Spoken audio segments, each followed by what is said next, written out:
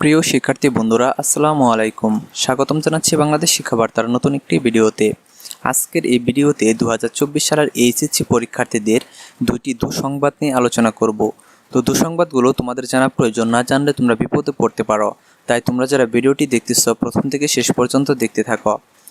আর তোমরা যারা আমাদের ভিডিওটি দেখতেছো শিক্ষা সমৃদ্ধ সকল তথ্য এবং তোমাদের এইচএসসি পরীক্ষার সকল নিউজ, পাশাপাশি তোমাদের ইউনিভার্সিটি ভর্তি পরীক্ষার সকল তথ্য কিন্তু আমাদের চ্যানেল পেয়ে যাবা।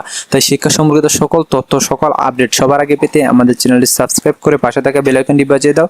আর যারা অলরেডি সাবস্ক্রাইব করেছো তাদেরকে অসংখ্য ধন্যবাদ। আর তোমাদের যদি কোনো প্রশ্ন থাকে তাহলে অবশ্যই তোমরা কমেন্ট বক্সে জানাবা, আমি উত্তর দেওয়ার চেষ্টা করব।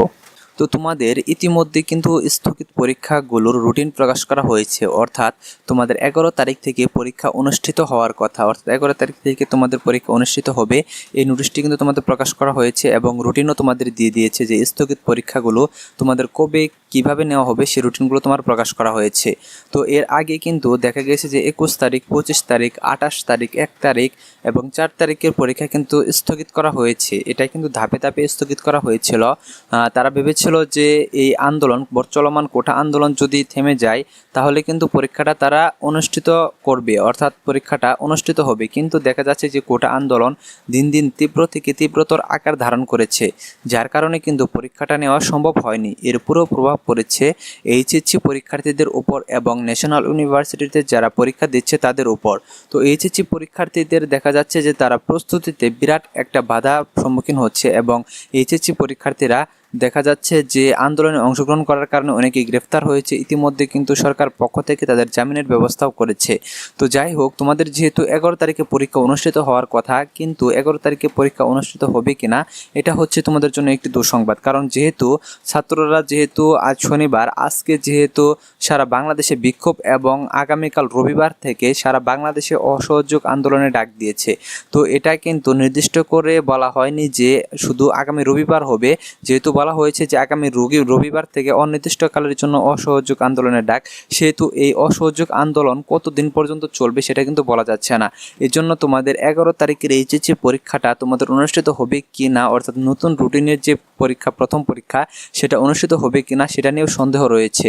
যেহেতু এই অসহযোগ আন্দোলন এটি কোটা আন্দোলন থেকে শুরু করে বর্তমান সরকার পতনের আন্দোলনের রূপ নিয়েছে। আন্দোলন যেহেতু তীব্র থেকে তীব্রতর আকার ধারণ করেছে, কারফিউ জারি করেও যেহেতু এই আন্দোলন থামানো যায়নি, সেহেতু কিন্তু এই আন্দোলন সহজে থামবে বলে মনে হচ্ছে না। তো এর বিরূপ প্রভাব পড়বে কিন্তু তোমাদের উপর এবং তোমাদের এইচএসসি পরীক্ষাটা 11 তারিখে যে শুরু হওয়ার কথা সেটা কিন্তু পুনরায় পিছিয়ে যাওয়ার সম্ভাবনা রয়েছে। তো পুনরায় যদি পিছিয়ে যায় তাহলে দেখা যাবে যে তোমাদের পরীক্ষাটা নেওয়া হবে কিনা সেটা নিয়েও কিন্তু একটি সন্দেহ। যদি আন্দোলন দীর্ঘ সময় চলে যায় তাহলে দেখা যাবে যে তোমাদের যে পরীক্ষার খাতাগুলো যে রয়েছে সেটা কিন্তু তোমাদের রেজাল্টে একটা বিরাট প্রভাব ফেলবে। অর্থাৎ তোমাদের পরীক্ষার যে পরীক্ষাগুলো তোমরা দিয়েছো সেই পরীক্ষাগুলোর উপর কিন্তু মূল্যায়ন করে কিন্তু তোমাদের রেজাল্ট দেওয়া হবে।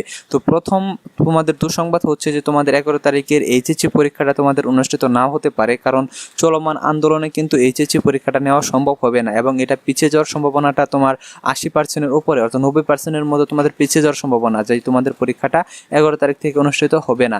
এবং আরেকটি দুঃসংবাদ হচ্ছে যে তোমাদের পরীক্ষাটা যদি নেওয়া সম্ভব না হয় তাহলে তোমাদের পরীক্ষার রেজাল্ট দেওয়া হবে কিভাবে। পরীক্ষার রেজাল্টটা দেওয়া হবে তোমাদের এরকমভাবে যে তোমরা যে পরীক্ষাগুলো সম্পন্ন করেছো, অর্থাৎ তোমাদের তৃতীয় অংশের যে পরীক্ষাগুলো হয়েছে, তোমাদের ওই অপশনাল পরীক্ষা যেগুলো রয়েছে, তারপরে তোমাদের গ্রুপিং সাবজেক্ট যেগুলো রয়েছে সেগুলো বাদ দিয়ে তোমাদের যে মেন সাবজেক্টগুলো রয়েছে, কম্পালসরি সাবজেক্ট, এগুলোর পরীক্ষা কিন্তু তোমাদের হয়ে গেছে।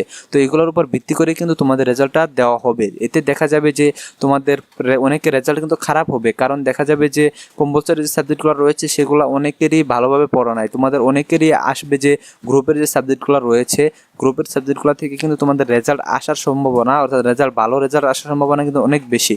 কারণ যারা সায়েন্সে রয়েছে তাদের রেজাল্ট ভালো হয় কিন্তু গ্রুপের সাবজেক্ট দিয়ে। যেহেতু তোমাদের গ্রুপের সাবজেক্টগুলো বাদ যাচ্ছে, অপশনাল সাবজেক্ট কিন্তু দেখা যায় যে তোমাদের ভালো একটা মার্কস এনে দেওয়ার কিন্তু গুরুত্বপূর্ণ ভূমিকা পালন করে।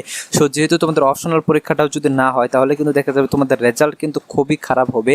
এতে কিন্তু দেখা যাবে যে তোমরা ভালো কোনো ইউনিভার্সিটি বা ভালো কোনো কলেজে ভর্তি হতে পারবা না, কারণ তোমাদের রেজাল্টের উপর ভিত্তি করে কিন্তু তোমাদের এটা ভর্তি করে দেওয়া হবে, যে তোমাদের ভর্তির যোগ্যতা দেওয়া হবে সে অনুযায়ী কিন্তু তোমরা ভর্তি হতে পারবা। এতে দেখা যাবে তোমরা যারা ভালো শিক্ষার্থী রয়েছে, যাদের ভালো একটা রেজাল্ট করার সম্ভাবনা রয়েছে সায়েন্স থেকে, তারা কিন্তু ভালো রেজাল্ট করতে পারবা না। আবার যারা খারাপ শিক্ষার্থী রয়েছে তারা কিন্তু দেখা যাবে তোমাদের সমমানের রেজাল্ট করবে বা তোমাদের থেকে ভালো রেজাল্ট করবে। তো এটা হচ্ছে তোমাদের জন্য আরেকটি দুঃসংবাদ। তো এখন বিষয় হচ্ছে যে তোমাদের পরীক্ষাটা যদি কোনোভাবে চালিয়ে নেওয়া যায় বা তোমাদের পরীক্ষাটা পিছিয়ে নিয়েও যদি চালিয়ে নেওয়া যায়, তাহলে কিন্তু দেখা যাবে যে তোমাদের দুঃসংবাদটা থাকবে না, তাহলে কিন্তু দেখা যাবে তোমাদের রেজাল্টটা ভালো আসার সম্ভাবনা থাকবে। আর যদি পরীক্ষাটা স্থগিত হয় কিংবা অটো পাসের ব্যবস্থা করে, অটো পাস হলে কিন্তু সরাসরি অটো পাস সবাইকে পাস করে দেবে এমনটা না, অটো পাসের সিস্টেমে থাকবে এরকম। তোমাদের যেটা বললাম যে তোমাদের যে কটা পরীক্ষা হয়েছে সেই কটা পরীক্ষার উপর মূল্যায়ন করে, তো সেই কটা খাতা দেখে কিন্তু তোমাদের রেজাল্টটা প্রকাশ করা হবে। সেহেতু তোমাদের দেখা যাচ্ছে যে পরীক্ষাটা হলেই কিন্তু তোমাদের জন্য ভালো।